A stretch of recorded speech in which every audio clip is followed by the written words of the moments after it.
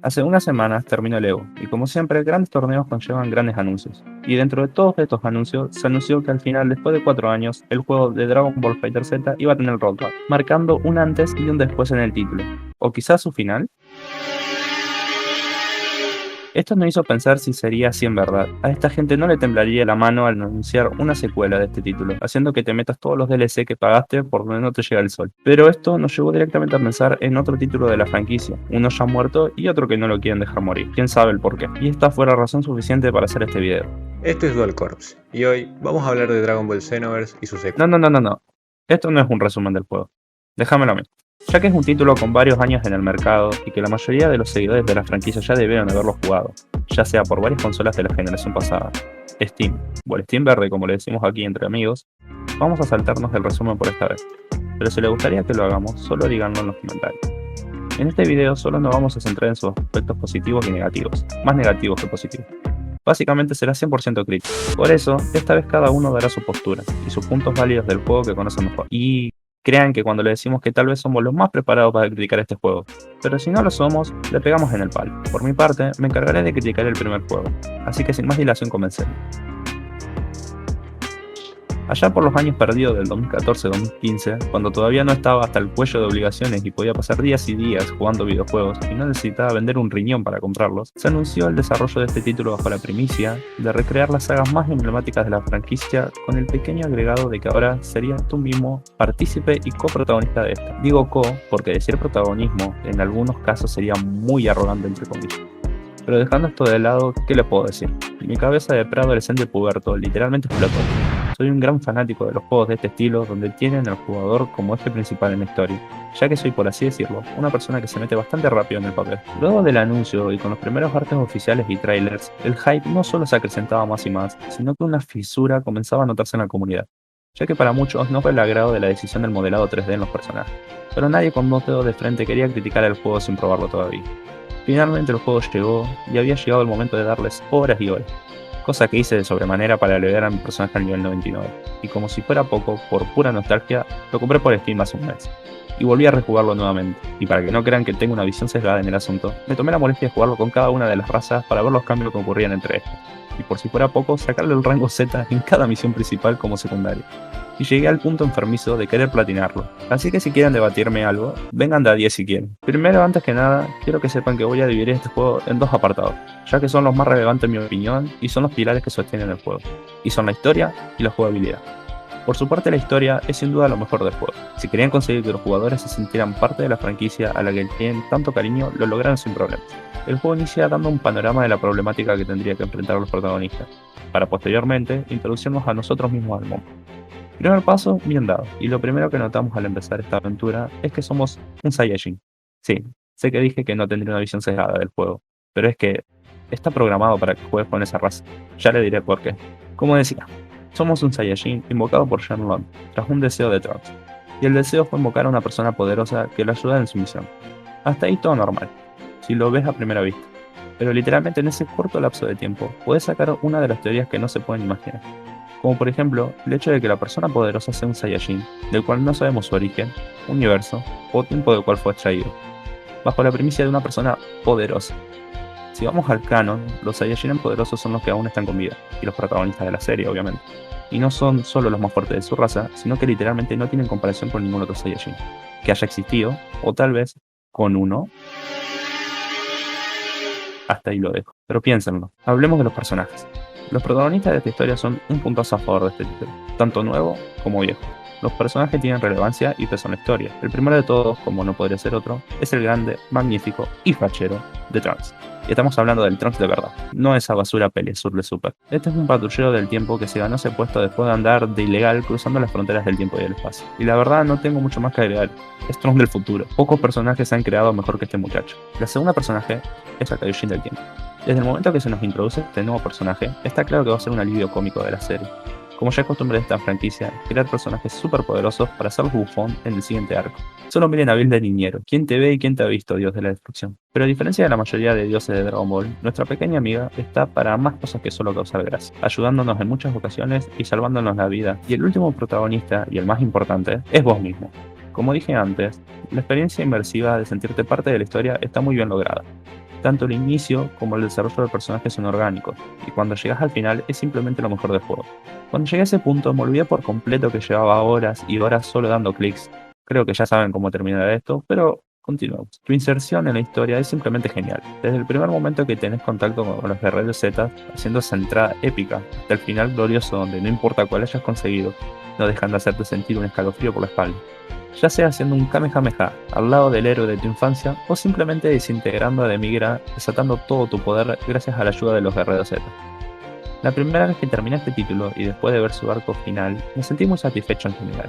Por otro lado, tenemos al antagonista de la historia, que al igual que los protagonistas, no solo tienen su personalidad y carisma, sino que fundamentalmente son muy orgánicos. Y perdón que me repita con esto, pero es súper importante a la hora de agregar contenido a una historia con los parámetros tan planteados como es Dragon Ball. Es necesario que los personajes de historias que estén contando tengan fluidez con lo ya mostrado.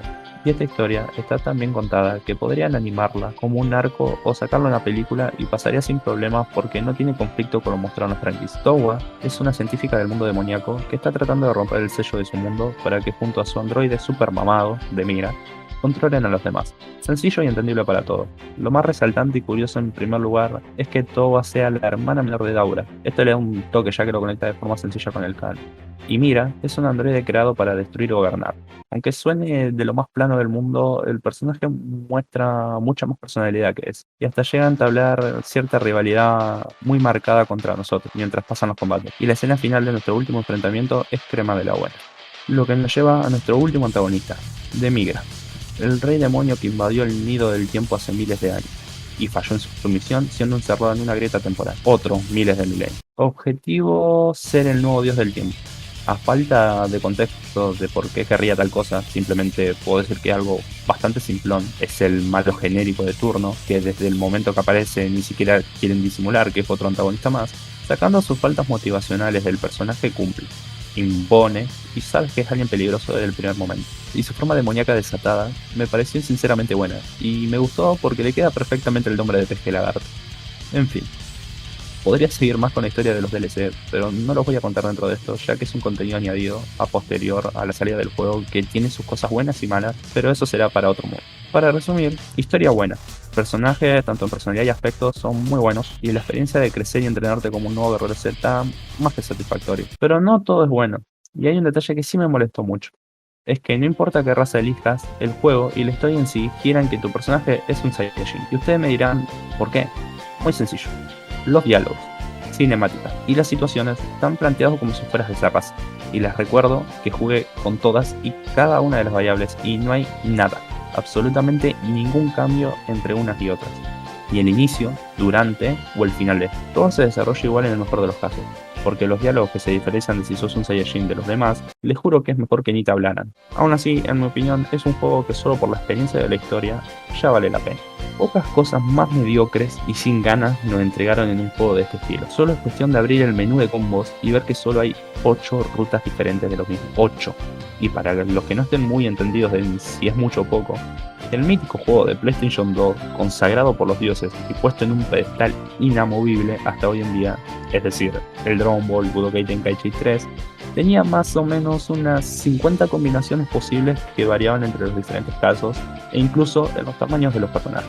Y créanme que tengo años de experiencia y un largo historial de torneos competitivos oficiales y no oficiales de ese título. Que simplemente jugar un juego de Dragon Ball con 8 combos es simplemente un insulto. Sin contar que con el nivel adecuado y los puntos asignados correctamente, puedes pasarte el juego con 4 clics. Y es literal, los enemigos no se pueden recuperar de esa atronadora y devastadora secuencia. Es tan insultante como la mentira de crearte un personaje propio. Se supone que esa era la premisa del juego, y solo nos ofrecieron 10 variables en cada apartado. Como si fuera poco, son rasgos faciales y estilo de cabello que los mismos personajes de la franquicia. ¿Cuál es el punto de permitirte hacerte un personaje distinto cuando solo puedes hacerte a Goku, Gohan y los demás? Incluso todos los vestuarios del juego y coleccionables son cosas de otros personajes, que si la ropa de Goku, que si la ropa de Vegeta. Les juro que me pasé todo el juego con el traje básico del patrullero porque era lo único original en cuestión de vestuario. Cuando terminé el juego, recién pude cambiar la ropa de mi personaje poniéndole, eso sí, hay que decirlo, el traje súper fachero de patrullero del tiempo. Pero no hay nada más que eso. Es simplemente un chiste de mal gusto y muy lamentable. Esperaba que con muchas ansias solucionaran una secuela, pero para sorpresa de nadie, las secuelas son casi siempre peores que la primera parte, y esta no iba a ser la excepción. Pero de eso se encargará mi compañero. Después del éxito que fue el juego, un 8 de octubre de 2016 da a luz al pequeño Dragon Ball Xenoverse 2, que por lo mostrado en los trailers prometía ser muchísimo mejor que su primer juego. El panorama se veía muy bien, el juego prometía muchísimo, los trailers te hacían erizar la piel y hacían que quieras comprar el juego. Pero cuando entras al juego, lo primero que ves es que es exactamente la misma creación del personaje. Mismo pelo, misma cara, eso sigue igual, pero bueno, vamos a confiar en que cambió. A medida que vamos jugando, descubrimos que la ciudad es otra. Ahora se llama Conton City y nada nuevo de lo que veníamos viendo antes. Más allá de que es una ciudad más grande y ahora sí podés volar, los personajes siguen siendo los mismos. Más adelante te agregan un personaje nuevo, pero ya vamos a llegar a eso. La historia al principio es la misma, vuelve Mira, vuelve Towa, pero te agregan dos personajes, Turles y Slag. Estos dos aparecían en los trailers y te hacían creer que iban a durar toda la trama. Pero bueno, llegas a la saga de Namek y pasa lo que pasa, matas a los dos y chau Turles, chau Slag.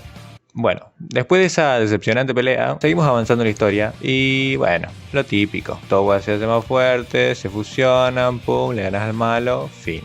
Eso es lo de menos en este juego porque la historia principal es de lo más fácil que hay. Pero por suerte, a este juego le metieron DLCs y aparece un enemigo que dentro de todo tiene un poquito más de sentido.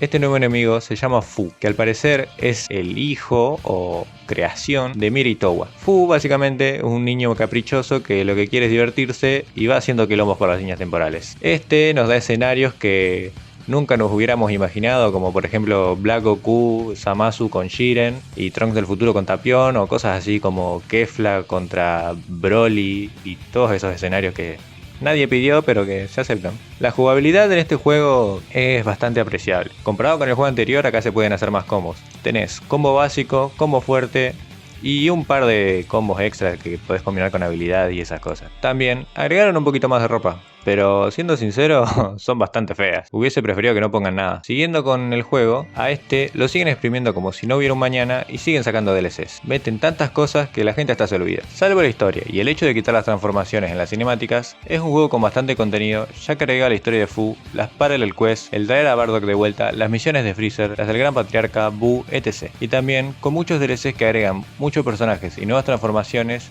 que en el 1 no existían, tales como el Super Saiyajin 3, el God, el Blue y el Blue Evolution, sin contar con el de las otras razas, pero vamos a ser sinceros, todos nos elegimos Saiyajin. Lo bueno de estas transformaciones es que ya no se te agotan enseguida como en el 1, pero lo malo es que ya no sirven para spamear, sino que solo para aumentar la fuerza de tu personaje. Otro punto que no nos gustó del Xenoverse es que cuando aparece el héroe en el anterior título, no aporta casi nada, y hasta a veces sirve para quedar en ridículo. Incluso se cagan en él, haciendo que nuestro personaje del Xenoverse 2 interfiera en la línea del tiempo en la que fue invocado para que no desaparezca. ¿Se acuerdan del Xenoverse 1 cuando teníamos ese protagonista que rivalizó contra un dios demonio de Migra, que tuvo el visto bueno de Bills y que Whis, el mismísimo Whis, le ofreció ser el próximo dios de la destrucción? Bueno, en el Xenoverse 2 se cagan en ese personaje, haciendo que el nuevo de Xenoverse 2, que al parecer fue una escuelita para aprender a ser patrullero del tiempo, haga todo lo que hizo él, pero mejor. Hoy en día siguen sacando DLCs para el juego, y creo que ya no saben qué inventar para seguir exprimiendo. Ojalá saquen un Xenoverse 3 y combinen las cosas buenas de ambos, para crear el Xenoverse definitivo, aunque la comunidad de mod del Xenoverse 2 se les está adelantando. Podés jugar hasta con Calamardo, o sea. En fin, si tuviéramos que recomendar uno de los dos, yo diría que el 1, pero porque la historia me gusta más. Pero si lo que buscan son horas y horas de juego, entonces descárgate el 2. Bueno, después de estas críticas, esperemos que si aún no se compraron ninguno, lo cual me parecería muy raro, se decidan por comprar el correcto, que es el Xenoverse 1. Esperamos que hayan disfrutado del video. Si jugaron uno de ambos títulos o los dos, díganos en los comentarios cuál les pareció mejor y por qué. Y si nos faltó comentar algo que nos pasamos por alto, escríbanos en los comentarios también. Recuerden apoyarnos con un like y ver nuestros videos anteriores. Nosotros somos Dual Corps y nos vemos en la próxima.